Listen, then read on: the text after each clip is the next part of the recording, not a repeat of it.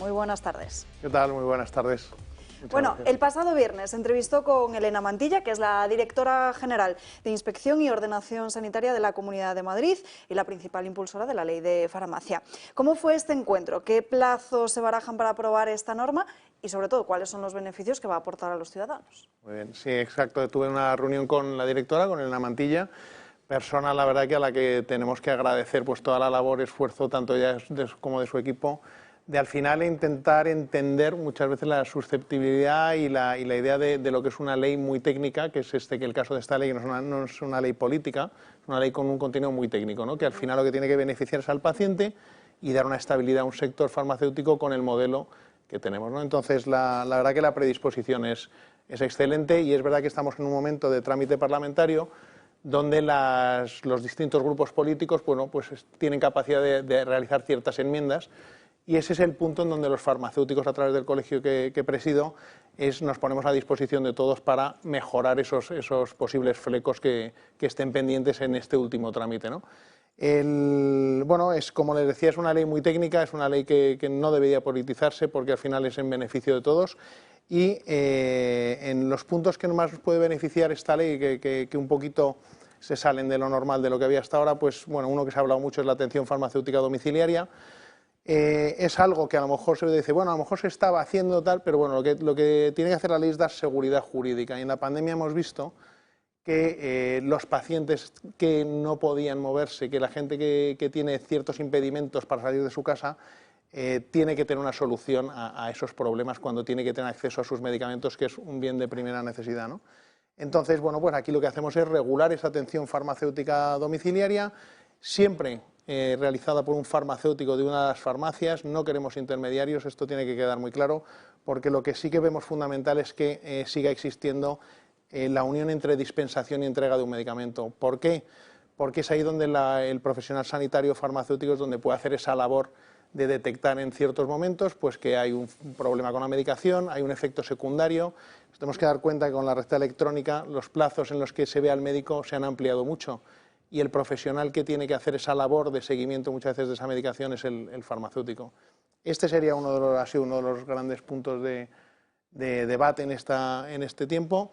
Y luego hay otras cosas, pues como pueden ser que se van a permitir nuevas secciones, como es la nutrición en las farmacias, una cosa por la que llevamos luchando bastante tiempo y que va a dar bueno, pues uno de los servicios más demandados por la población.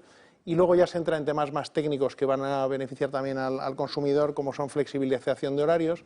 Ciertas farmacias en ciertos puntos donde hay picos de demanda van a poder atenderlos que antes no tenían que regirse por unos horarios. Y bueno, pues una ley que creemos que va a ser buena para el consumidor y que va a también permitir al farmacéutico desarrollar ciertas cosas que le van a dar más capacidad. Otro de los principales ejes de su presidencia, es la digitalización en la farmacia. ¿Cómo se quiere promover ese acercamiento digital al ciudadano y, sobre todo, a través de qué canales? Vamos a ver, la farmacia creo que estamos de acuerdo, todos los que estamos aquí, que a nivel físico tiene un acceso facilísimo con el sistema que nos hemos dado en España, ¿no? Que es un sistema mediterráneo que te permite tener un acceso muy fácil y muy rápido a cualquier farmacia, puesto que están con una capilaridad espectacular. ¿Qué pasa? Que esta capilaridad no puede, o sea, no podemos ya dejar que por esta capilaridad tan buena no tengamos un acceso digital igual de bueno, porque al final en estos últimos años han cambiado muchísimo las cosas, el cliente, el ciudadano tiene acceso digital a prácticamente todos los servicios y la farmacia no puede quedar excluida de esto, ¿no? Y entonces lo que sí que queremos es llevar ciertas iniciativas a nivel institucional, que es donde creemos que también reside la fuerza de una institución, para que intentemos igualar o complementar ese acceso físico con un acceso digital que sea accesible y que sea muy cómodo para el paciente y que pueda sentirse totalmente en relación con su farmacia, puesto que muchas veces ciertas consultas que serían un tema inmediato, bueno, pues tenéis que desplazarte, etcétera, y a lo mejor sí que se podrían solucionar o complementar ciertos temas que normalmente requieren presencialidad de una forma digital. ¿Y cómo hacerlo? Bueno, pues estamos estudiando muchas vías, ¿no? Y vamos a intentar dar solución a esta digitalización de proximidad que es en el modelo que creemos. Ya no es un tema de, muchas veces cuando hablamos de digitalización siempre pensamos en venta online, no, esto es un tema más asistencial y que luego tenga ciertas connotaciones comerciales, pues será en su futuro, pero la base es un complemento asistencial para esa visita física que muchas veces realizamos a la farmacia. Otro de los retos que se han marcado como inmediatos es el concierto de la prestación farmacéutica con el Gobierno regional. ¿En qué consiste este acuerdo y cuáles son los objetivos que se han fijado? Vamos a ver, el concierto al final lo que regula es la relación de las farmacias con la Administración en periodos más o menos de 4 años, ¿no? Entonces, lo que se intenta regular aquí es qué servicios puede dar la farmacia y, por otro lado, qué entorno económico va a vivir esa farmacia durante 4 años para saber y tener una estabilidad en el modelo, ¿no?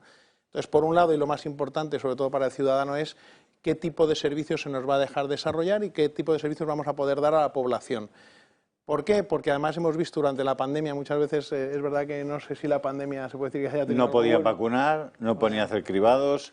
Efectivamente. Entonces, bueno, yo creo que es lo que sí que ha pasado durante esta pandemia, durante 2 años, que la farmacia ha sido el primer punto de atención sanitaria a la población, puesto que es verdad que atención primaria pues se colapsó y las farmacias se han mantenido abiertas durante los 2 años de pandemia, no han cerrado ni un día, ¿no?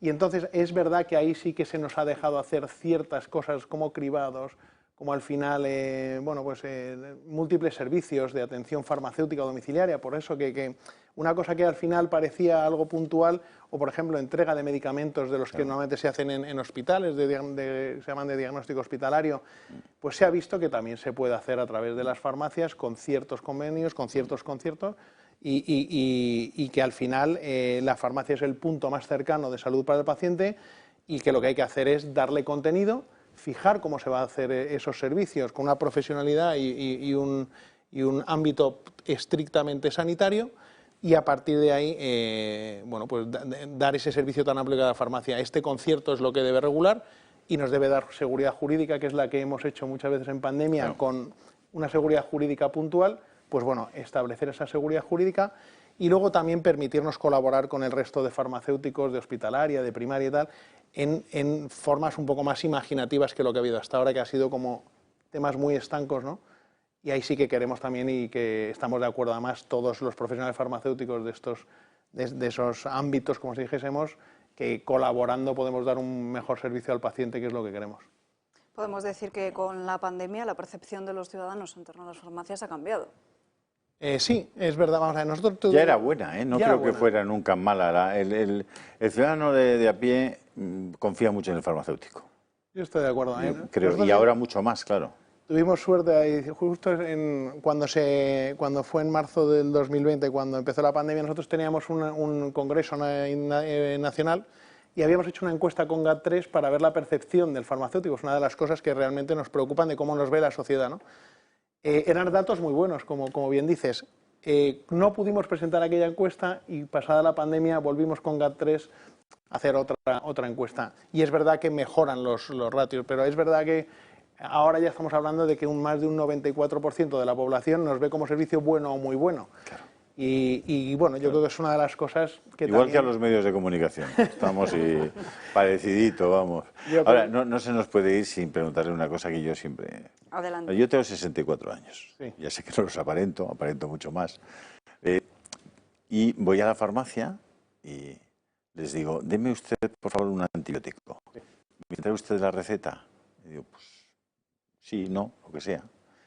Va una niña de 16 años y le pide una píldora del día después, poscoital, que es una bomba de estrógenos. Y el farmacéutico se la da, ni siquiera nada, ni la edad, nada. Con 16, con 14 años, puedes comprar una Progenor o una... ¿Me puedes dar una explicación a eso? Bueno, esto es una explicación que habría que pedirla más arriba. Nosotros al final... Lo sé, pero ¿cómo lo ves tú? Para mí tiene sentido, no, porque es verdad que al final es lo que acabas de decir. Estás dando una bomba de hormonas para cierto tipo de... Bueno, no diría en este caso patología, ¿no? Pero para ciertos usos que creemos que sí que es bueno. Nosotros de verdad que ahí sí que intentamos concienciar a la gente que lo lleva para que sepan lo que se están llevando, porque muchas veces se equivocan los términos y lo que entramos aquí es una falsa, diríamos, forma de prevenir y al final se están cambiando ciertos hábitos que ya estaban acostumbrados, como el uso del preservativo, otros ¿no? Utilización de otras barreras cambiadas por esto como si fuese un método anticonceptivo más, cuando realmente es una bomba hormonal que cuando se use se debe saber muy bien qué se está usando, y al evitar que se pase por un médico, que haya una receta, pues estamos quitando ese tipo de barreras que también hacen concienciar a la gente. O sea, el problema no es el uso puntual una vez, sino es que perdemos la conciencia de lo que realmente se está usando, cuando luego nos ponemos muy estrictos en otro uso, que en este caso has dicho antibióticos, que creo que ahí sí que también hay que ser muy estrictos, porque sabemos que dentro de 10, 15 años puede haber un problema muy grande con las resistencias antibióticas, pero tiene que ser así. ¿Abusamos del consumo de medicamentos los españoles? Es posible que sí, pero es verdad que en estos últimos años yo creo que ha cambiado mucho la conciencia. Nosotros hicimos también una campaña de todo medicamento con receta y al final yo creo que ha bajado bastante. Por ejemplo, el uso de antibióticos, que hace 10 años podía ser mucho más aleatorio, ahora es imposible utilizar un antibiótico sin una prescripción médica, y creo que es muy importante haber llegado a tiempo. E incluso todo lo que es otro tipo de medicamentos, la verdad que creo que ahora mismo está bastante controlado. La receta electrónica también ha ayudado mucho a ello, y esa colaboración médico-farmacéutico que debíamos tener y que debía ser directa, ayudaría mucho a que no hubiera una sobremedicación que también es importante evitar. Última pregunta, si me permite, Salva. ¿Se han incrementado mucho el uso, o se ha incrementado mucho el uso de antidepresivos? Bueno, es verdad que situaciones como la pandemia no ayudan han surgido muchas situaciones extrañas, difíciles de llevar, y es verdad que el uso de antidepresivos en los últimos años sí que se ha incrementado. No podemos decir que haya sido un boom, ¿no?, porque sí que se utilizaban, pero ahora, bueno, sí que hemos subido un escalón que yo creo que habría que mirar si poco a poco podemos ir volviendo a la normalidad, como en muchos otros sectores o en muchos otros puntos después de la pandemia, ¿no? Pues Manuel, muchísimas gracias por estar hoy aquí con nosotros en Dando Cañón.